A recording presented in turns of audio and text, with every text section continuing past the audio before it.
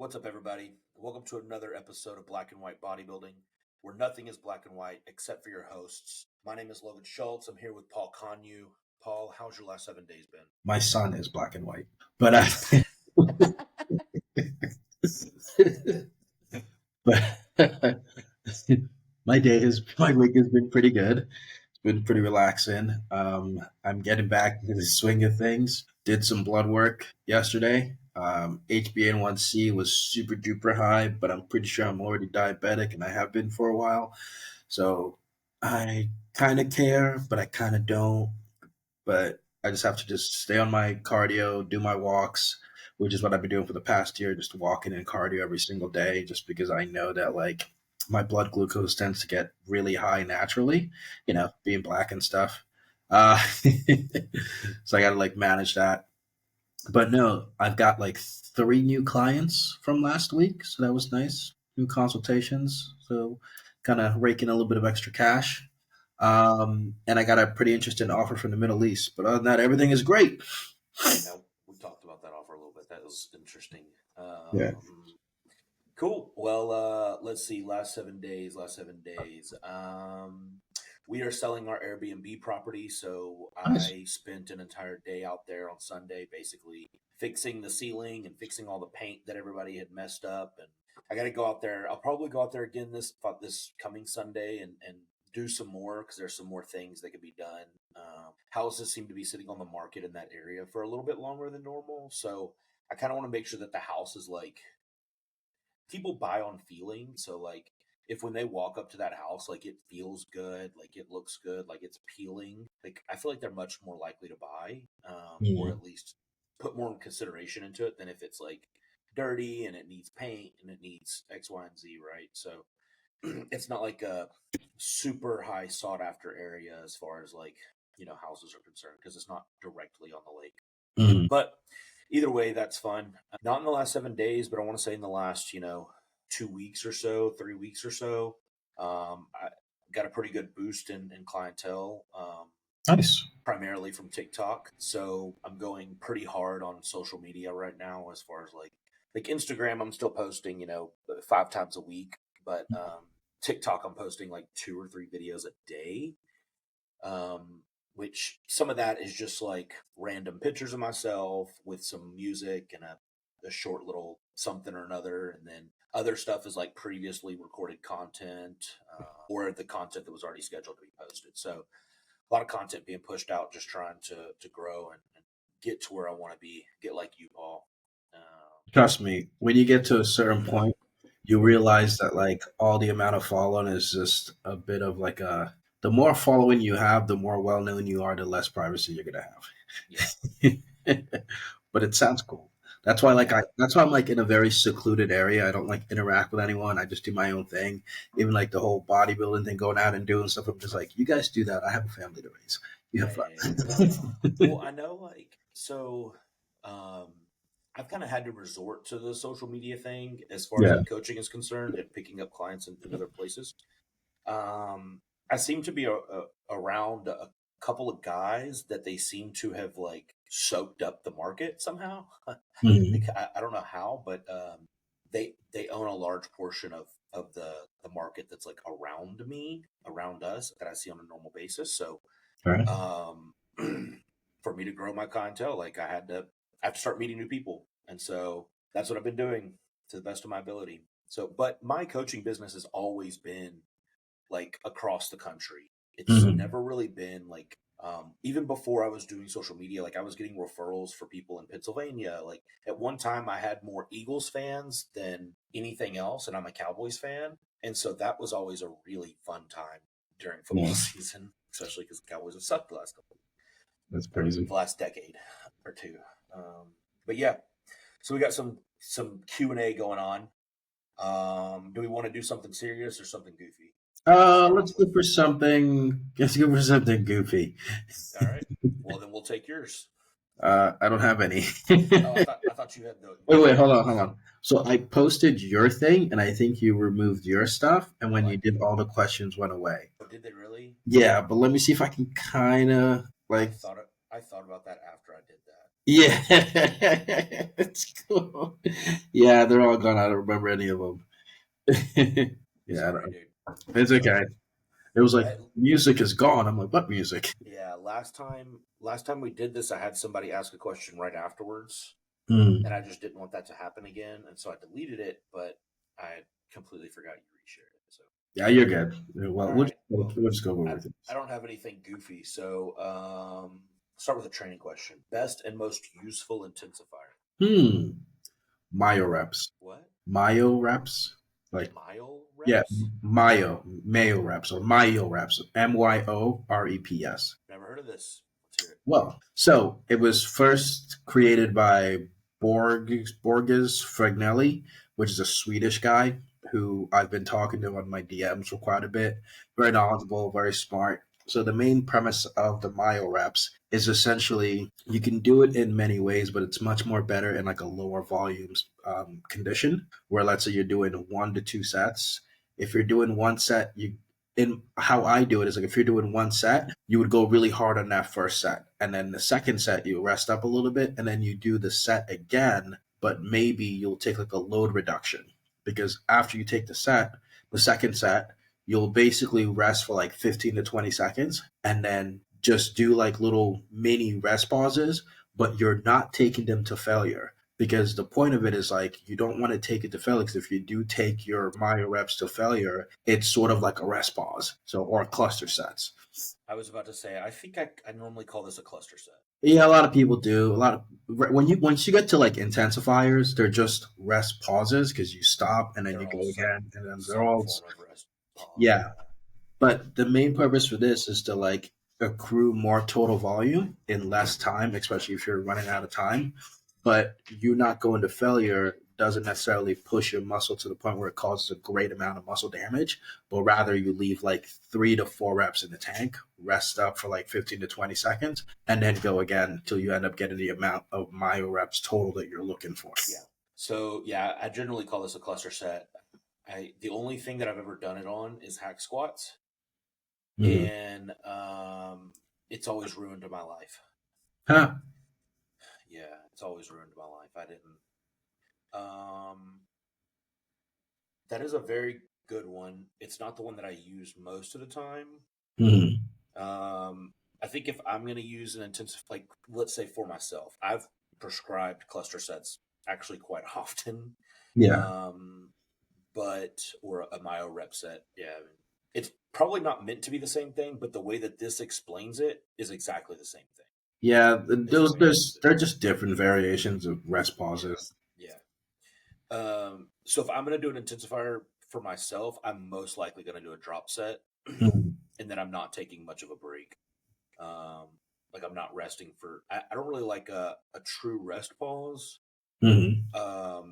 because I generally train by myself. Mm-hmm. And so I would just prefer to do a drop set. And if I'm going to do that, I'm going to do it on a machine where it's easy to do. Sure. I also, oh, sorry, it's like 9 o'clock. I also think like you know how they're talking about the lengthening partial training and Mhm. stuff like that. I think those are intensifiers. It's just how you implement. I use those as well, actually. But it's all about which muscle I'm training as to whether I'm going to use them or not. Yeah, like back, for example. Those most of the variations with lengthened partials for back, quads potentially. Yeah. So I really like them on hamstrings, actually. Hmm. Because hamstrings are a muscle group that I feel like your contractile force, like your fully shortened contractile force, is like Hmm. really low in comparison to like even halfway up Yeah. for a hamstring. So I use them a lot on hamstring curls. Hmm. It's like Um, lengthened partials. yeah. And I use them a lot on like a pec fly. Hmm. That's mostly because I like getting my pecs as stretched out as I can. That's what she said. Just Just to, kidding. I said my pecs, not my wife. Same thing. But yeah, just to try to keep my pecs moving properly since I have that jankety one.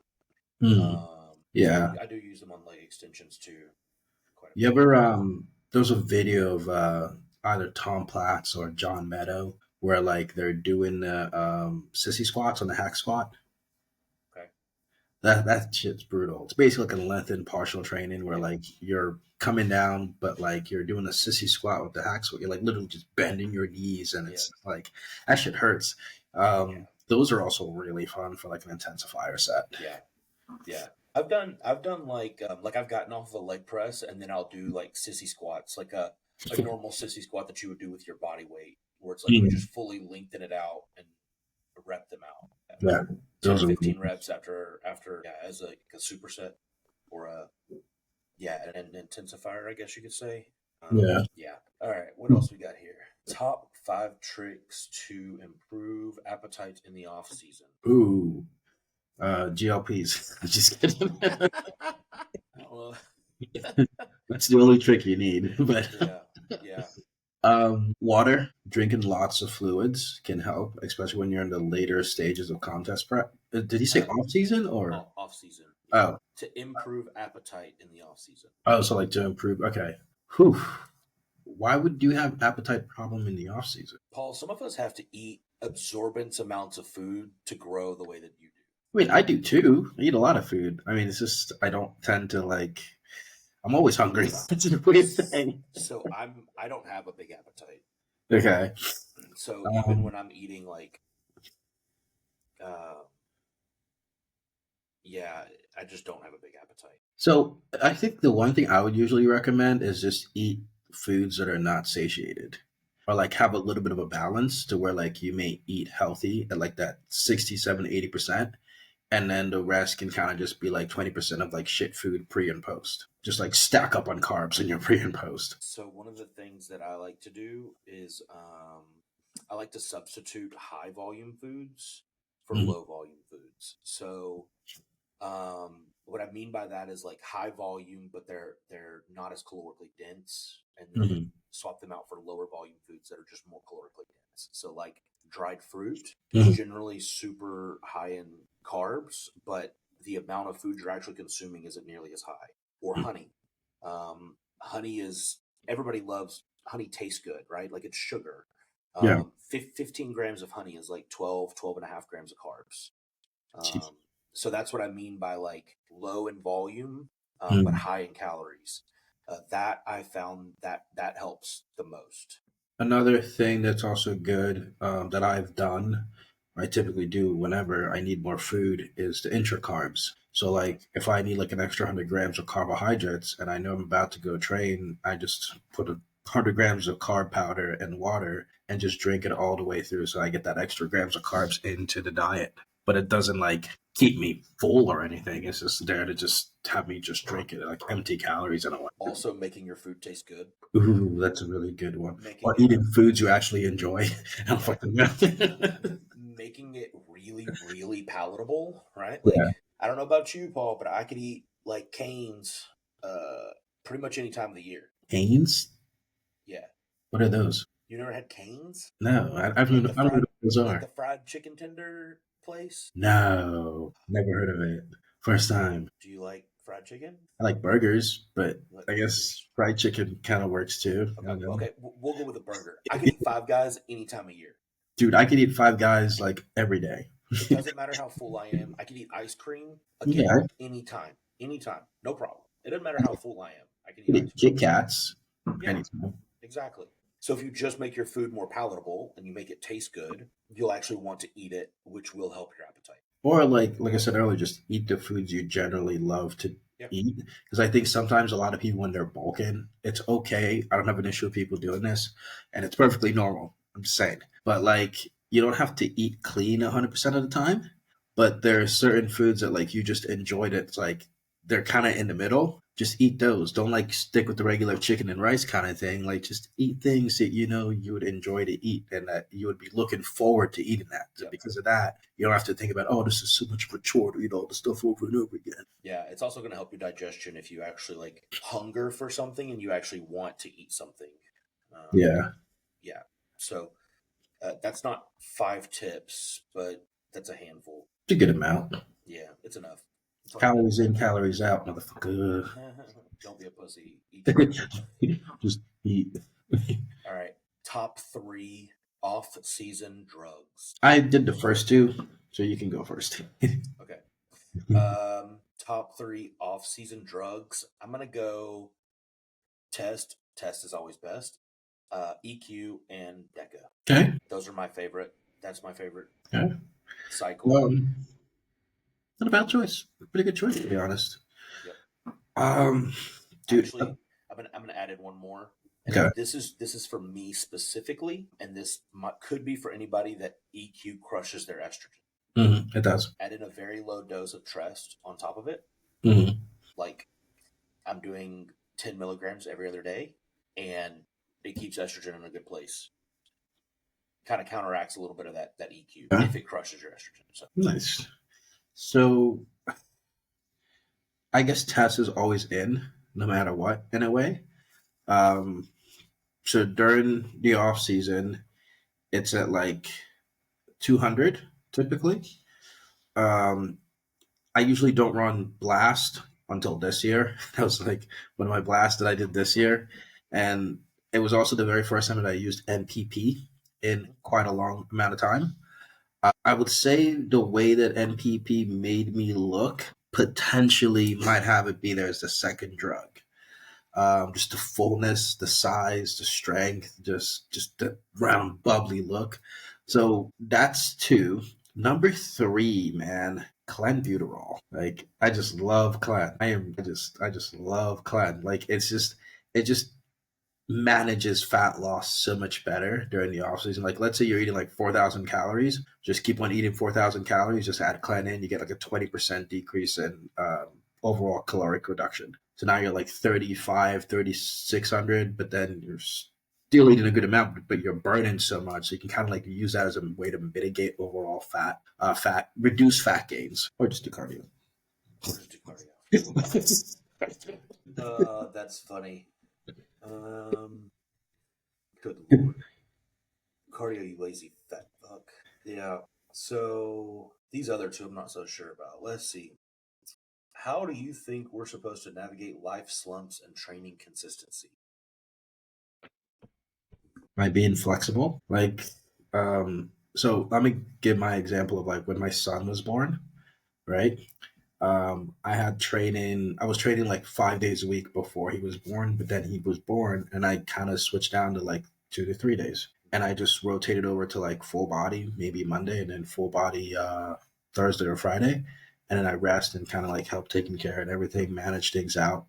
Um, and then he got better. Well, he got older, and then I was able to move to like 4 days a week, and I just kept it at 4 days a week. During that entire time, I was still making progress. Sleep was a little bit non-existent, but like that's why the extra rest days are there to kind of help you manage. So that, in the sense of like fatherhood, that can be a little challenging. But if you just focus less on just the training, but get 1 to 2, that works out. So I my entire life when it comes to competitive bodybuilding, I do not do anything strict because I can't do anything strict because if I do, my life changes every so often. Certain things could happen there, certain things could happen there. I don't have like that control.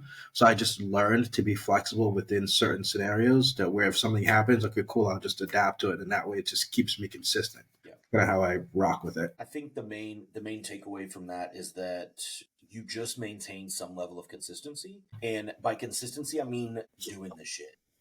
I don't mean like if you're training 5 days a week and all of a sudden you can't, well, go when you can, right? Mm. If you're not able to eat your meals at the same time, well, figure out how to at least get the food in, Yeah.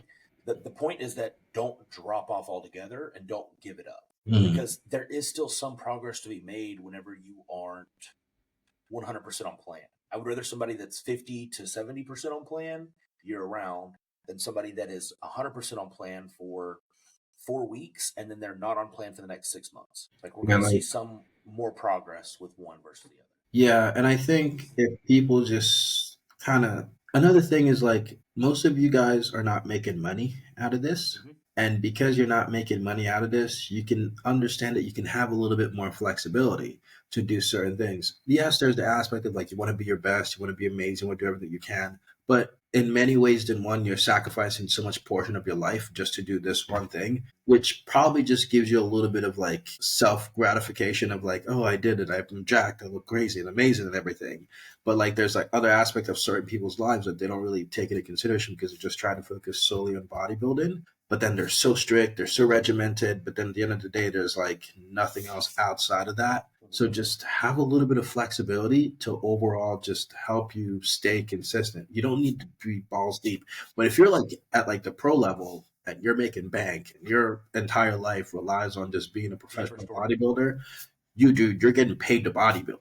Fucking live that shit. Yeah, yeah. I do agree. I think too many people come into this and they try to take this too seriously, thinking that like if I just give it everything I've got in a year, I'll be making money from this. And the reality is that no, you won't, unless you are a genetic outlier, unless you are the 1% of the 1%. You will not be making money in this. You might one day, but like the reality is that compete nowadays. Competing alone is more than likely not going to make you money. It's like playing a lottery. You're just blowing money to Yeah, yeah, hopefully yeah, win a yeah. first place. 100%. And so, like, you just put those other things first. Make money. Like, I promise you, bodybuilding gets a lot easier when you make money. Yeah, it's very When you have expensive. the money. Yeah, it's a very expensive hobby, and don't get me wrong. Most hobbies Very are expensive. expensive. Like, especially the deeper you get into them and the better you get at them, like they get more expensive, right? And it doesn't Mm. matter if it's golf, if it's art, if it's building things. Like, it doesn't matter what it is. Collecting Yu-Gi-Oh cards. Collecting Yu-Gi-Oh cards, yeah, yeah, yeah. Jesus Christ, man. Man trying to buy like rare packs every single time and then blowing money on packs just to play like a starter deck and complete that stuff. Oh my God, being a kid was so hard. It's so fucking hard. I used to steal Pokemon cards. Oh my God. I remember being a kid and I would go into Walmart and I would grab a pack of Pokemon cards and I would go into one of the little circular racks with the clothes on it Yeah, and I would take all the cards out and put them in my pockets and I would leave. I'm dead. Yeah, dude. Fucking hobbies are expensive. Yeah. So focus on making money first and The then you hobbies can get a just lot chill more and relax. enjoyable. Yeah. Yeah. The hobbies become a lot more enjoyable when you don't have to worry about finances. Yeah. Dude, oh my God. My entire life during like the whole bodybuilding thing, it was more about just like I would say maybe I wasn't like 100% into it, but I knew like I had to work. I was working like multiple jobs, like 16-hour days, just so I can compete and do bodybuilding and Yep. live and have my own house, doing my own thing, or my own place, doing my own thing. There are a lot of stuff that I did, but like at the end of the day, I took some sacrifices to be able to make those amount of income to spend to the job. But now, like I'm coaching, I'm making a good amount. It's kind of like it's less stressful. Yeah. And then you're when you're less stressed, your physique progresses more. Yeah. All right. I don't really know what this next one is asking. Is it the one where he Uh, says if he wants to go on a date with him? Is that Ian? well, I wasn't even going to bring that one up because I remember. Ian, I remember. yeah. How do you navigate the supplement world? Crash course in what to look for.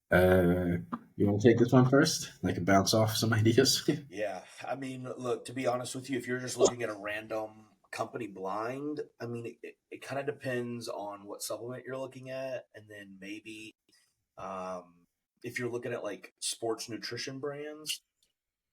So in the health supplement world, I think that there are a couple of things you can look for, but like in the health supplements, yeah.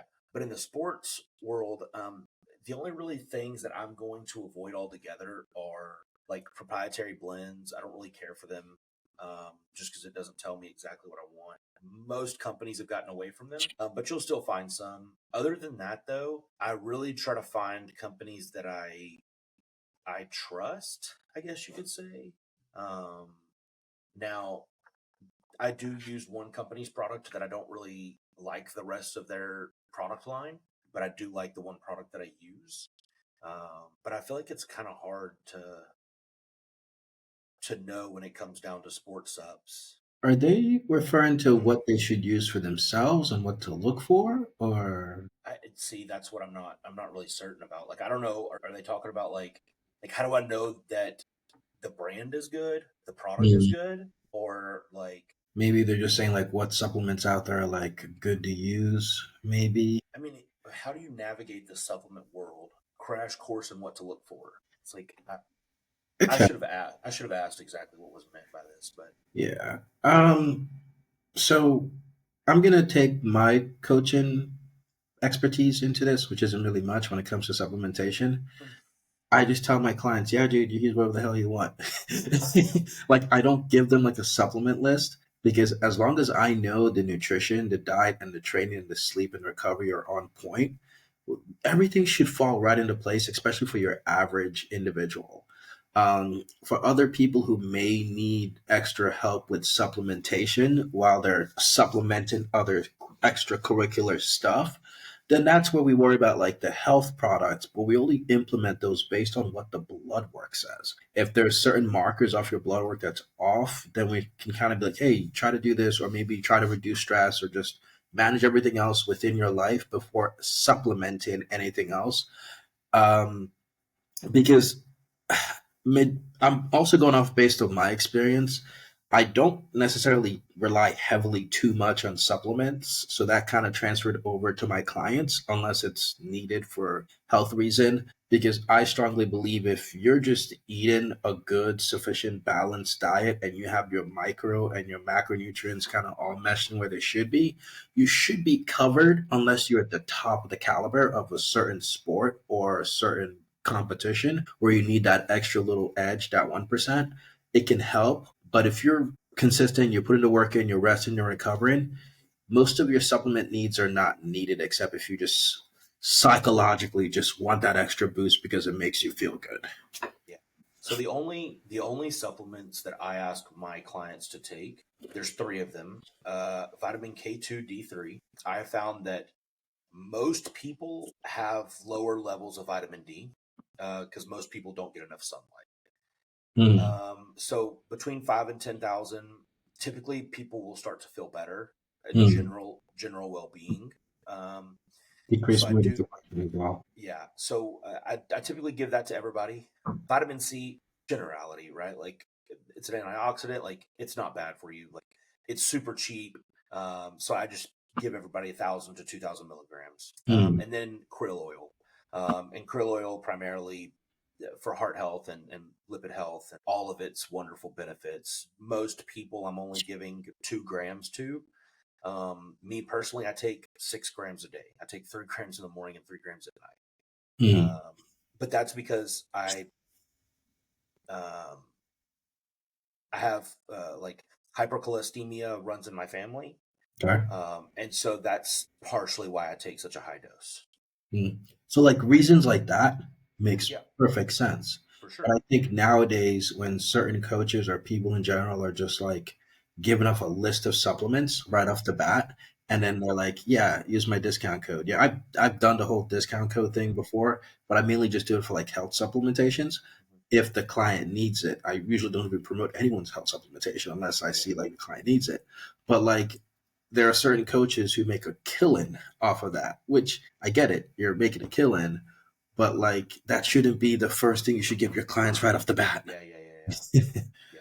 Honestly, the three supplements that I tell everybody to take, I don't have supplement codes for. I Yeah, literally give them a link to Amazon. pretty much. That's kind of what I do. If I'm Like like, hey, I go use, look at yep, this, look at what you want. yeah. I use micronutrients for krill oil and vitamin K2 D3.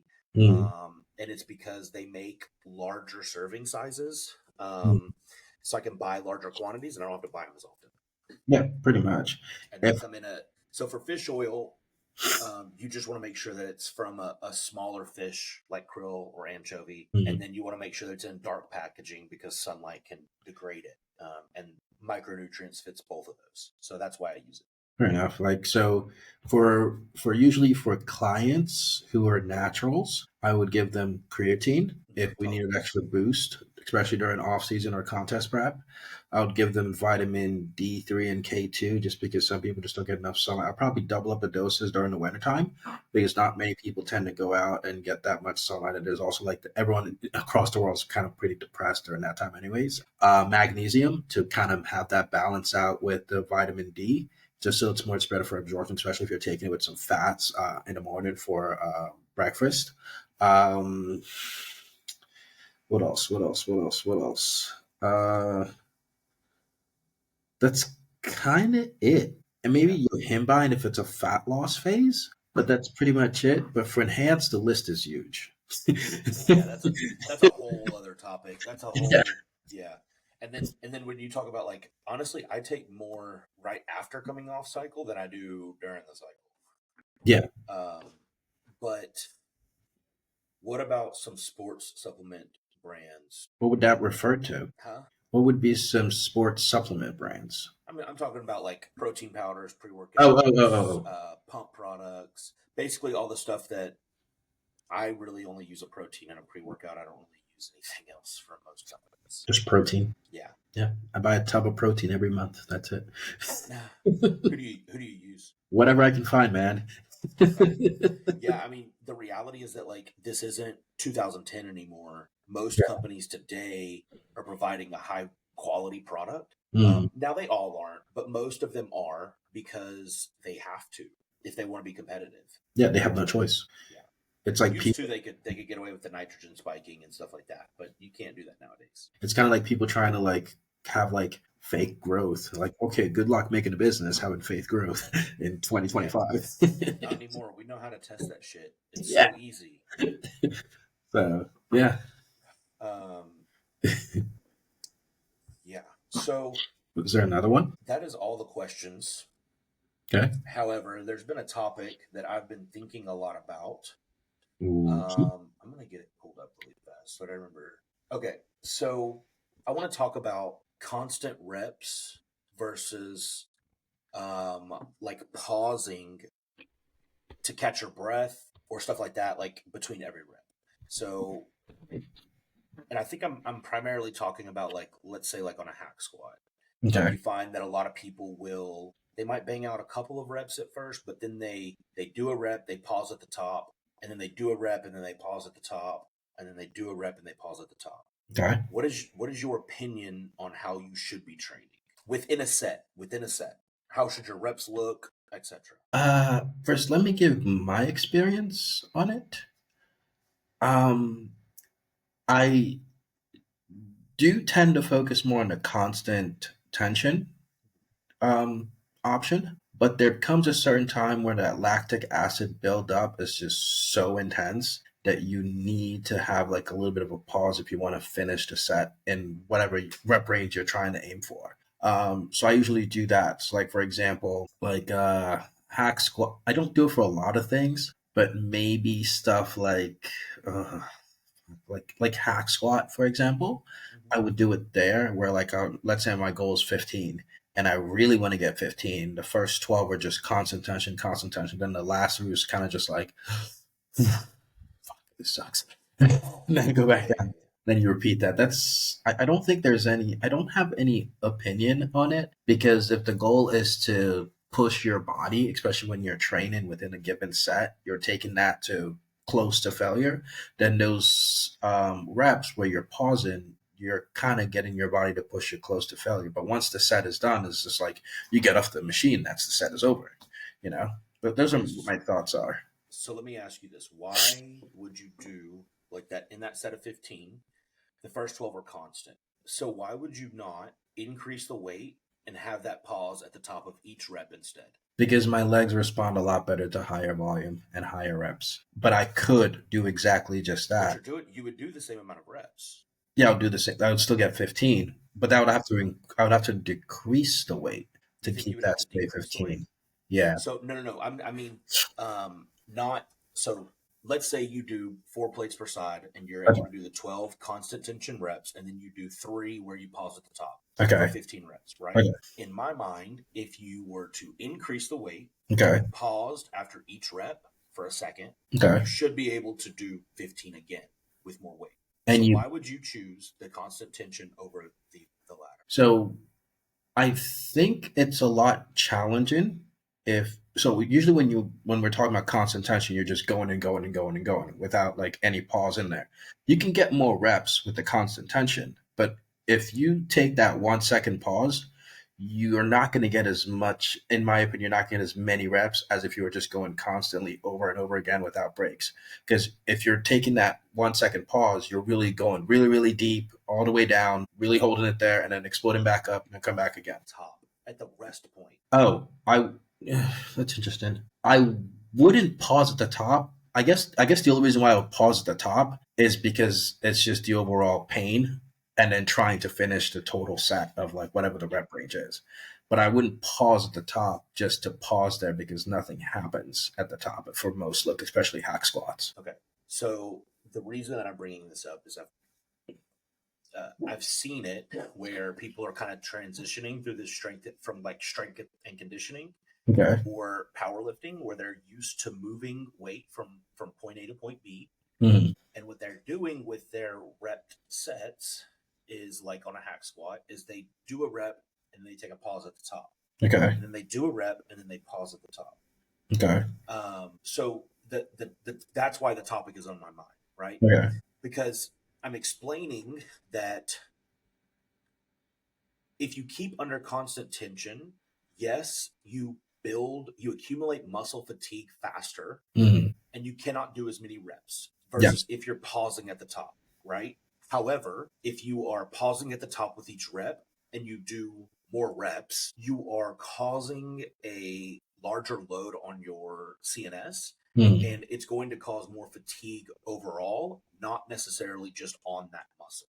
Mhm. Does that make sense? Yeah. Am I thinking about that properly? Like, No, I think you are. I think it's the matter of which sport we're referring to. One well, has I'm talking about like we're suitable. looking to train for bodybuilding for Okay. hypertrophy purposes, right? Hmm. And so our stress response should be on the muscle Hmm. and not about moving the load. For bodybuilding. So this is where I'm kind of like going off here, where if you're doing like a power strength base, then having that pause where you need to would probably Yep. be more beneficial because of more overall central uh, 100%. CNS overload. But if Yep. you're trying to transition that to bodybuilding, then that constant tension would probably be more favorable towards that because you're Yep. putting more stress on the muscle. So both options work. It just depends on like the particular sport environment you're trying to induce it in. Yeah. Because I think for bodybuilding, again, that pause could be beneficial, Mm-hmm. but at that point, you're just fatigued overall from just doing that pause, going up and down, resting that 1 second. And then you're kind of just overall systemically fatiguing the entire body versus that muscle. Well, basically, what you're doing when you're doing that pause is you're doing a widowmaker at that point, Yeah. right? And a widowmaker is just you pick a select amount of reps, and you're going to get that amount of reps no matter what. Mm-hmm. And you're going to do as many as you can, as fast as you can, and then you're going to take as long with the weight still on your body. Mm-hmm. You're going to rest and you're going to breathe, and then you're going to do another rep, and then you're going to rest and you're going to breathe and you're going to do another rep. So I think that that's a perfectly acceptable intensifier. Mm-hmm. I just think that every rep shouldn't be when it comes to bodybuilding. When it comes to Yeah. bodybuilding, There should be a point where you get to that, like, yeah, strength pause. and conditioning, completely different story. Yeah. Powerlifting, completely different story. Mm. I'm talking about hypertrophy purposes. Then if we're talking about hypertrophy purposes, then you can use both in that sense rather than just one or the other, where like you get to that rep that you're aiming for, and then all of a sudden you get to the point where like it's harder to do that rep. So you kind of have to pause to kind of get again that widowmaker, which I've actually never fully understood what a widowmaker was till you finally just explained it, because I've never personally done a widowmaker in my entire Yeah. life. But it can both apply to hypertrophy. Yeah. Well, a widowmaker is generally you choose. It's like 20 or 30 reps. Jesus. And yeah, you kind of pick that ahead of time, and then you bang out 10 to 15 reps, and then you bang out another 5, and then it's like 1-2 reps at a time the rest of the way. Yeah. It's brutal, but it's very systemically fatiguing. Don't get me wrong; it annihilates the muscle, but you kind of you've already done pretty good damage on the muscle in those first portion as well. You've already got a good pump at that point. But the question is, again, this is my first time hearing about the Widowmaker. Where would you put that? At the beginning or at the end of the workout? Personally, I'm putting it at the end. Okay, gotcha. Because I'm going to be, and it also, I think it depends on what movement you're doing it on, as far as like how brutal it is. Mm. Because if you're doing that on a hack squat, I'm done after that. if I'm doing that on any type of like, I might be able to get away with it on like a leg press, and do something else afterwards. But any compound movement, I'm toast afterwards. Mm, okay. So now I'm like hearing about a Widowmaker and how to properly apply it. Would you say if you were to do in like a upper body training session with a given one exercise per body part, would that be like a viable option to Yeah, use? I think so. I've used it for triceps a decent bit. Okay. Yeah, you run like a tricep push down where the triceps kind of need a lot anyways. They can take a pretty big beating. I Mm-hmm. wouldn't do it for a bicep, Mm-hmm. just because the biceps fatigue much faster. Um, Uh-huh. but triceps for sure. Do a push down. You do like 15 reps. You hold it at full extension and kind of like release some of that tension on your triceps, right? Like lock out Mm-hmm. your elbows a little bit, Yeah. breathe, and then go again. And then do that. That seems like a pretty good way to train weaker muscle, especially. I mean, if you're only doing, yeah. Cool. Yeah. I I've mean, you could always. do that. You could do that in like a rest pause sense too. Like, say, I'm going to do 30 reps, and then Mm-hmm. you just set down the weight altogether for 5 seconds, and then you go again.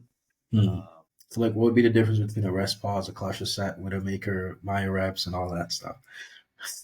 I'm just fucking around. I mean, to some degree, it's all the same shit. It's all an intensifier. It's all about what brings you the most joy, I guess. Yeah, that's true. That's really true. I feel like the Widowmaker is just one that's generally used for more compound movement. Okay, when so that when would I when I see them, yeah, because now that I'm thinking about it, like I typically do like on a tricep, I will pick a rep number, but it's more like a rest pause. mm, I just rest pause until I get to that rep number, okay. right? Whereas like a Widowmaker, just because like with a cable extension, yeah, like it's a little bit harder to hold at a rest point. Mm, You know what I mean? You're either fully stretched or you're down. I mean, you could shift your body and your weight to hold it down. mm, Whereas on like a hack squat, your body is still loaded. Your body still feels that weight the entire set. yeah, especially if you're just standing there and then you got to go back down. Oh God, that Whereas like sounds. a cluster set, you're going to remove that weight. You're going to rack the weight. You're going to take 5, 6 deep breaths, 10 to 15 seconds, whatever it is, and then you're going to go again. So a cluster set requires you to remove the weight and then go again. That's how I've always done it. Oh, okay, okay, yeah. Yeah, Huh. I don't know that it necessarily requires that. Okay. I thought that's what the Myo rep said. Uh, yeah, the my reps, you remove the initial weight from the very first one that you did, and then you just aim for that my rep match going forward. But you keep the weight unracked the entire time. Yeah, you're just holding the weight and it's just Okay. there, and you're just okay. Some people Gotcha. breathe, some people count. Again, it's the Yeah. same stuff. Okay. And then you go for about 3 to 4 reps away from failure, so that way you can continuously not go to muscular failure, but then just pump up the volume. Yeah, it says perform 3 to 5 rest another 10 to 15 seconds, and repeat until you struggle to hit 3 reps. This usually results in 3 to 5 mini sets. So it doesn't actually say to continue to hold the weight or to rack it. Yeah, you can kind of put it down. But the weird thing is, Yeah, like, when you talk to the actual creator, it's like, nah, you hold that's not that how you shit. do it. It's not how you Yeah, fucking. And I like a lot of people are actually implementing Myo reps wrong in so many yeah. cases because before they used to think that you have to train to failure with the Myo reps, Okay. but the main purpose of the Myo reps is not to train to failure. But everyone was training to failure, thinking that is a Myo rep. So it's like okay, it's like it sucks sometimes when you're the creator of a specific training methodology and then the rest of the internet just butcher the fuck out of it and you're just like that's not how it was intended for. I'm trying to see what the difference between a cluster set technically is. Yeah. Yeah, this one's not quite as like straightforward. When ChatGPT tells me instead of doing a straight set, you break it into clusters. So you would do like instead of 3 sets of 10, you might do like 3 by 4. Then you Keep on take a going till you 15-second rest. Then you do 4 more reps. Then you take a 15-second rest. And you can do do two two. more reps. Yeah, Yeah. that's what it's saying a cluster set is. Sounds like a rest So pause. I've been doing a little bit more like yeah, it sounds like a rest pause. I've been doing more of like a myo rep then. And that's how I was taught what a cluster set was. It's Yeah. more of a myo rep set. And the rest pause definition is completely different. Yeah.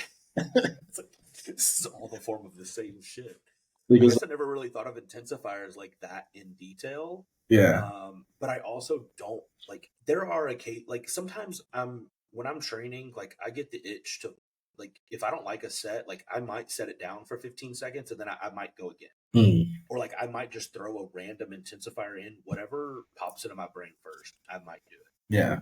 So I've actually created a specific training methodology that I don't really share to anyone because I think people are fucking idiots.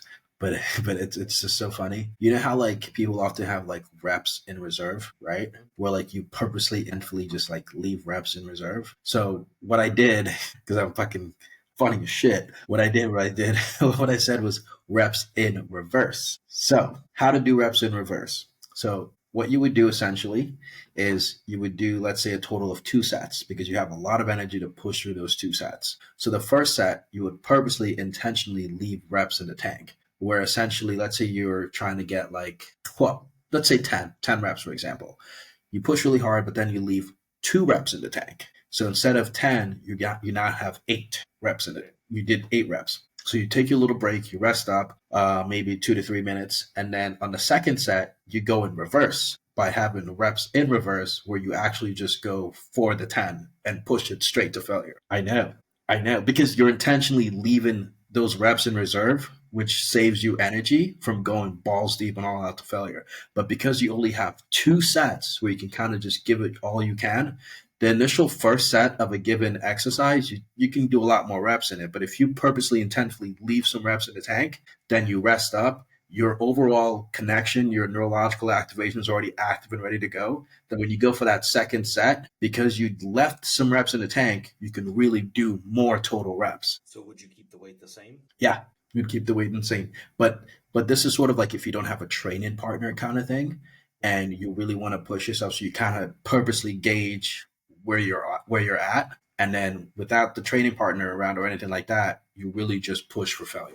Because when people often do reps in reserve, a lot of people don't notice what they're doing because they're fucking idiots. They're intentionally leaving reps in the tank so they don't push to failure. So use that as a gauge, and then the second set, you actually go to failure to see what you really had in the tank.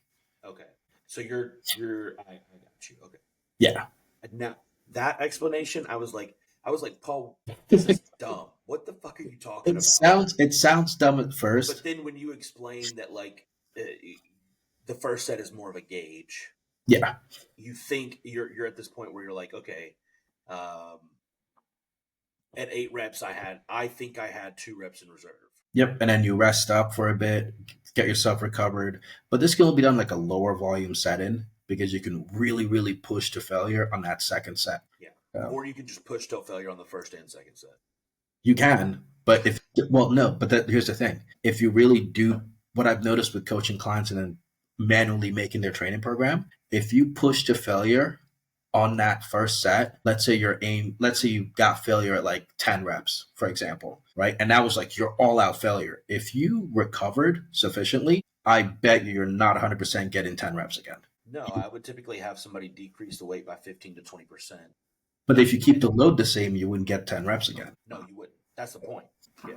So what I generally do is I do what I would call a top set. Mm. So I would pick a weight. I would do a weight that I could fail with between 8 and 12 reps. Okay. Sometimes it's more. Very often it's. I mean, very seldom it's less. It's never less than 6.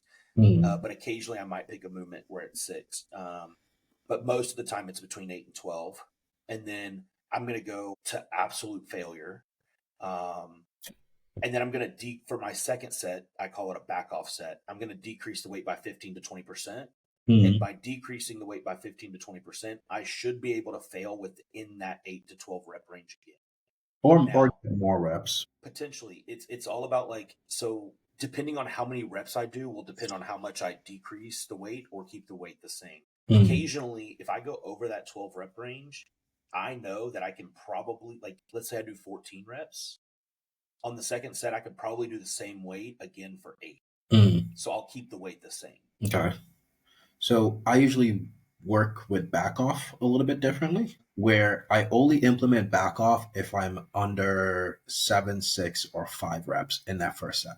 because at that point you're recruiting so much muscle fibers, so much like motor neural being recruited Yeah. that like if you're training strictly for hypertrophy, the second set, if let's say you got like 6 reps on that first set, you got 6 reps on the first set, then it's a heavy weight. So you might want to do a little bit more of a back off by like 15 to 20%. So you can get more than 10 plus reps on that second set. Yeah. But I think if you're doing like 8 to 10 reps in a given set, you can probably go straight first. You can go straight second set again if you're doing 8 to 10 because you're still within that exact range, not really a range, but a good range for hypertrophy versus being at 5 reps for the second Yeah. set. I've generally found that there's I think that's a good so I've generally found that for me and the pace that I move at, and everybody's pace is going to be a little bit different.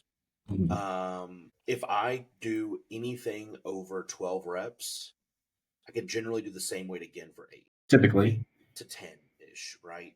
yeah. But if I do 12 reps, I'm getting under 8 reps on the next set.